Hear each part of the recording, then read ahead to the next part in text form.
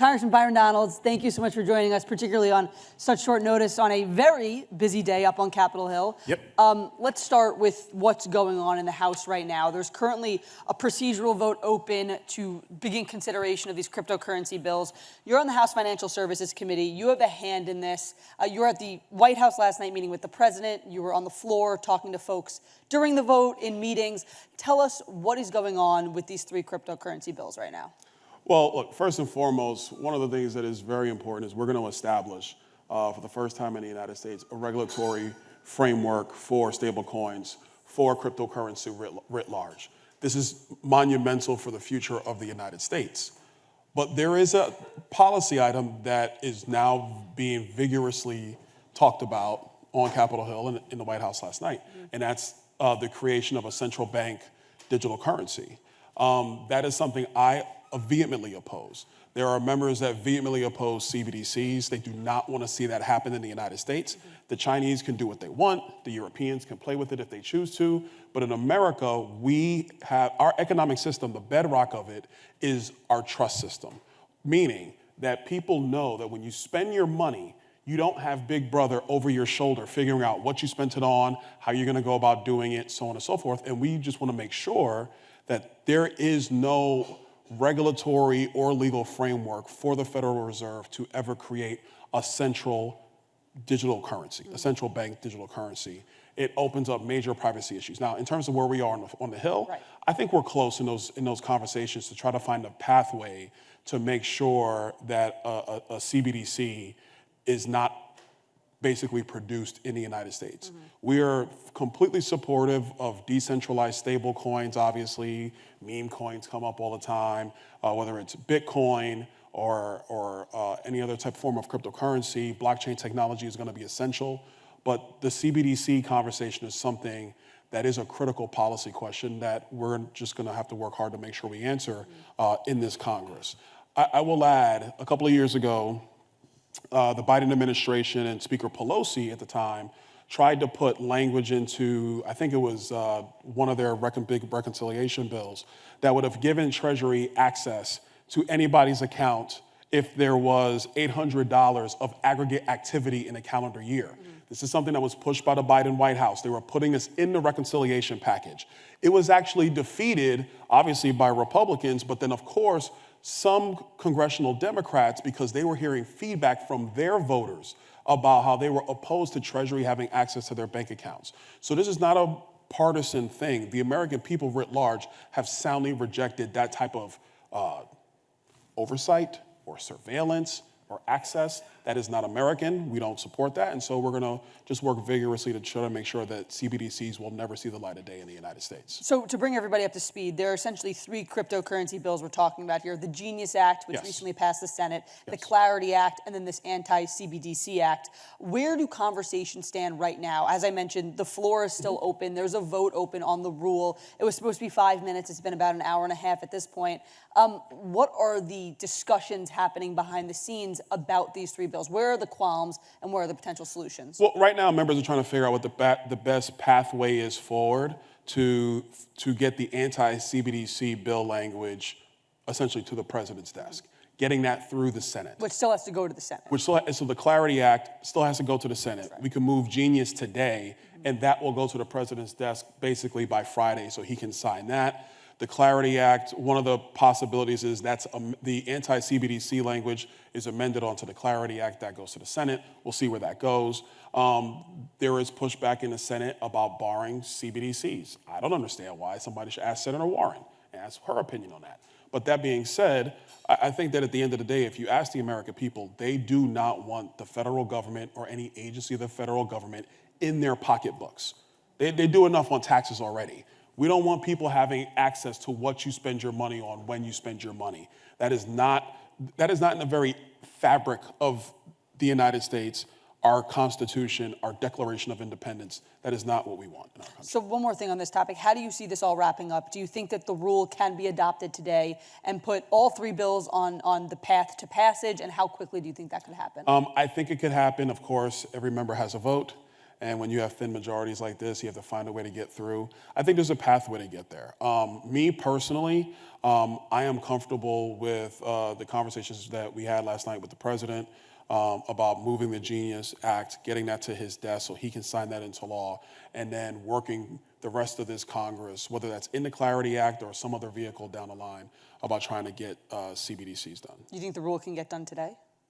Oh, yeah, it's very possible. Okay.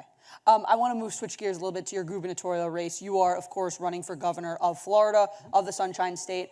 I want to go behind the scenes a little bit about your decision to run for governor. You have been someone who's been noted a number of times as a rising star in the House Republican Conference. You were nominated for Speaker back a few years ago. You actually ran for Speaker after Kevin McCarthy's ouster before Mike Johnson had been elected.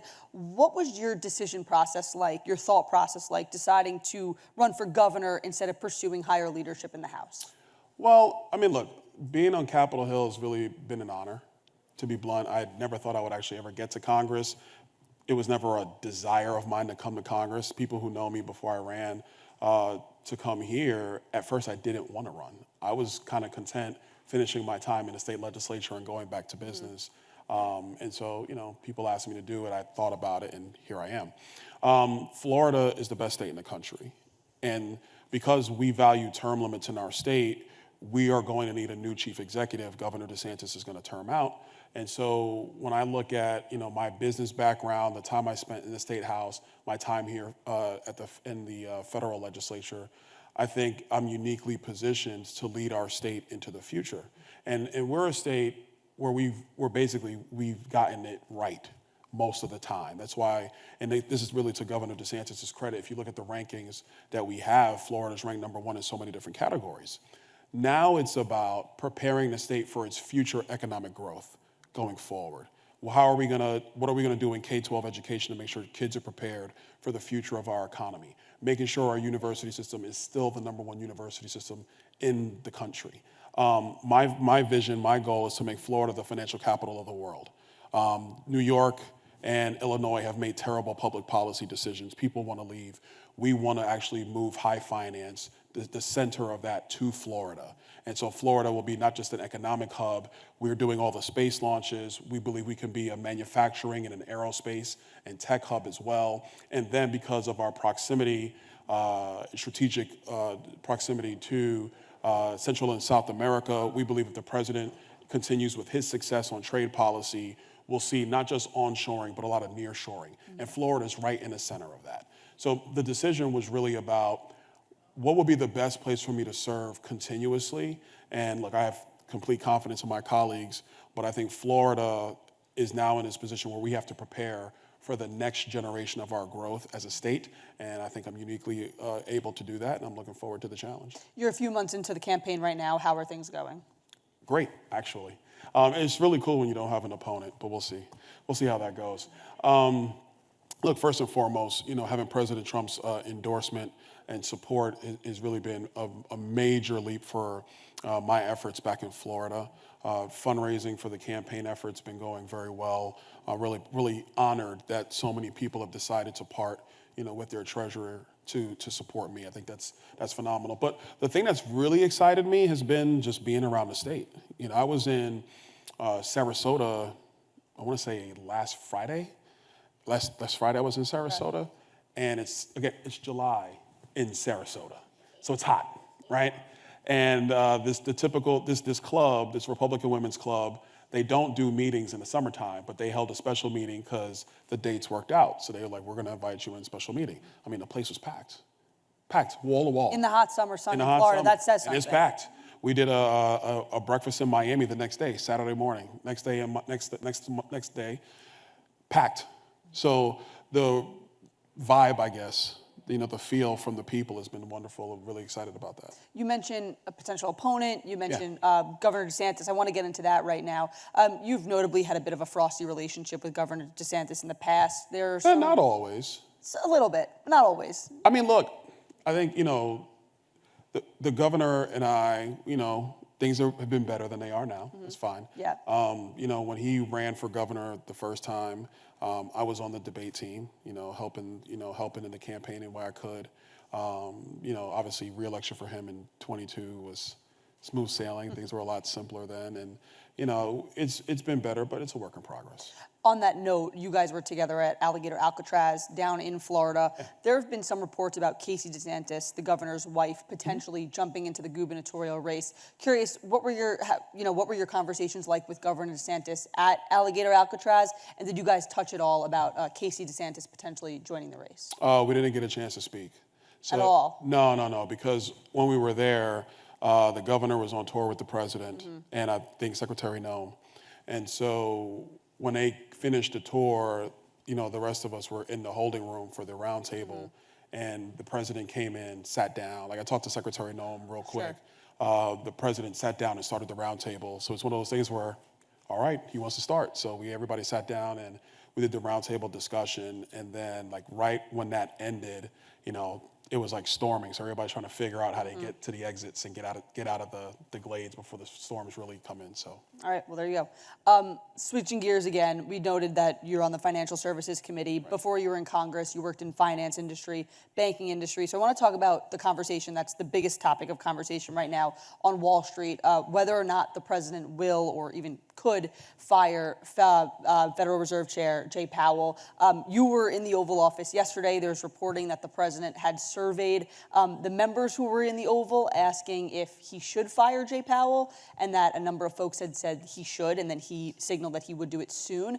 Take us in that room, because you said you were at that meeting. What was that conversation like? What was that surveying process like, and what did the president say on the topic? Well, look, because we were in the Oval and we were discussing a lot of things, like I'm not going to get into the details of that conversation.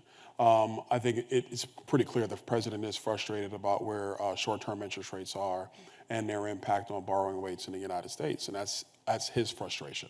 I think that where we are as a country, do I want to see Secretary Powell lower rates? Yeah, I think the economy is in proper position to do that.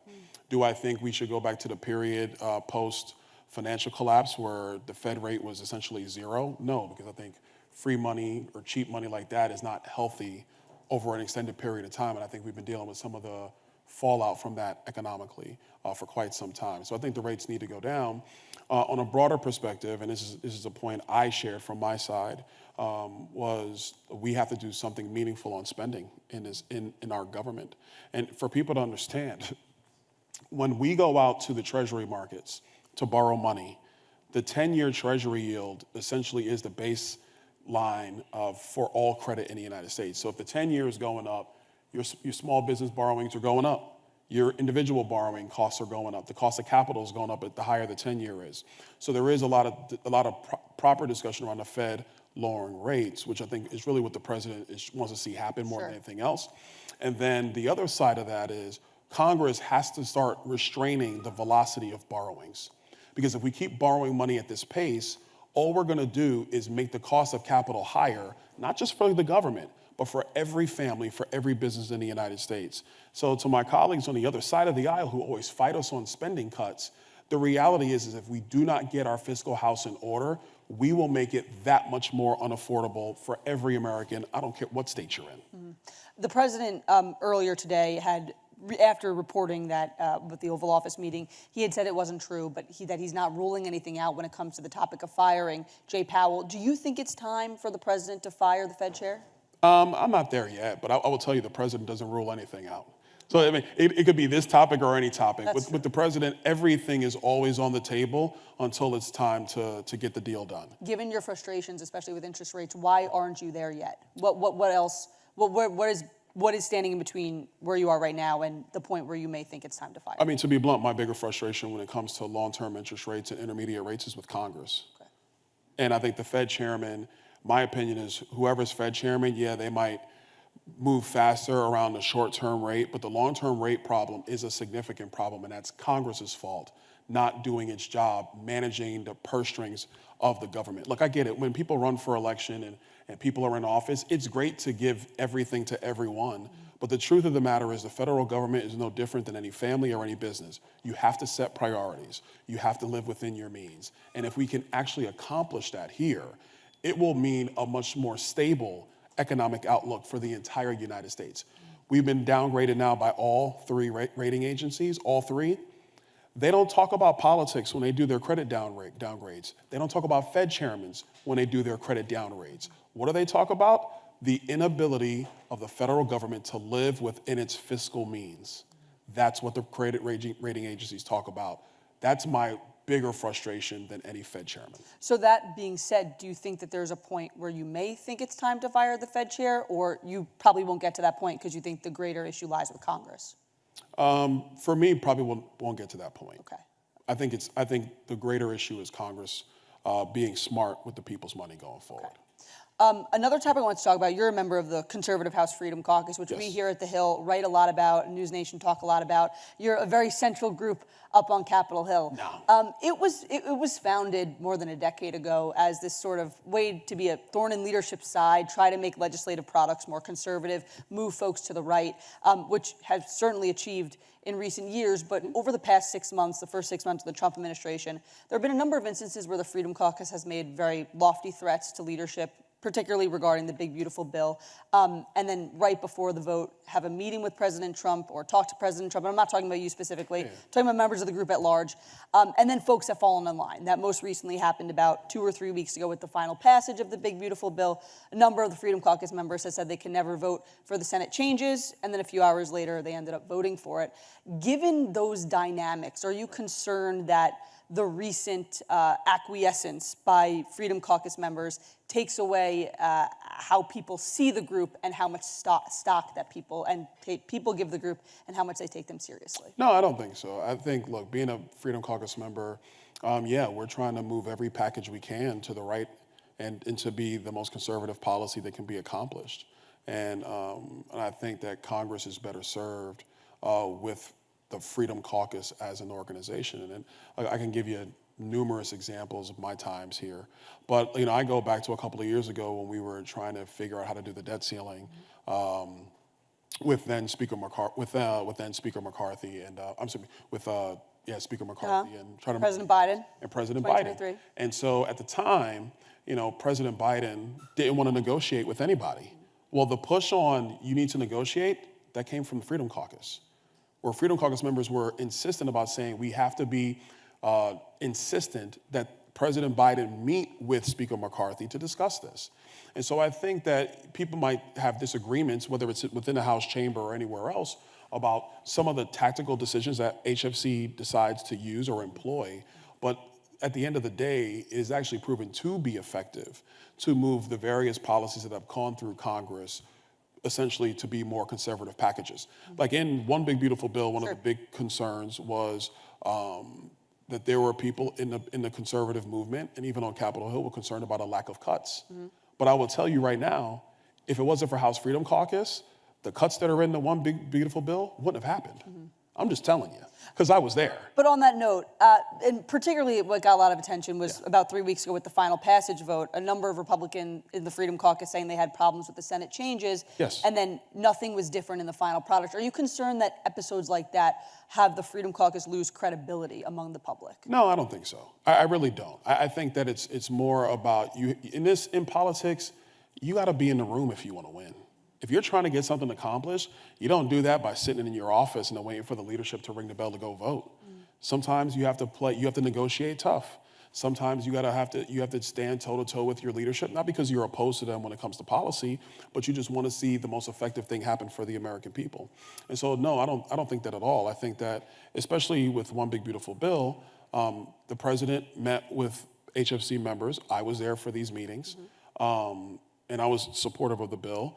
There were certain things the president discussed in those meetings that I think gave comfort to members to say, you know what, okay, Mr. President, this is your agenda, and we are here for you, and we're going to deliver the final votes. It was much more about that. I think the media narrative in Capitol Hill of, oh, Freedom Caucus said this, but then they did this, I think that's more for clicks. If you look at the effectiveness of what is occurring, I mean, it's happening right now with the Genius Act and Clarity Act.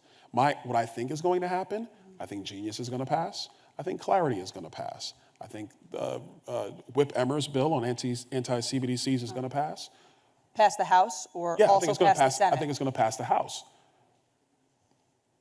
Do we accomplish or get as close as we can to abolishing CBDCs before they even start? I think that's actually quite possible. And I think that's possible because, in part, of stances from members of the Freedom Caucus.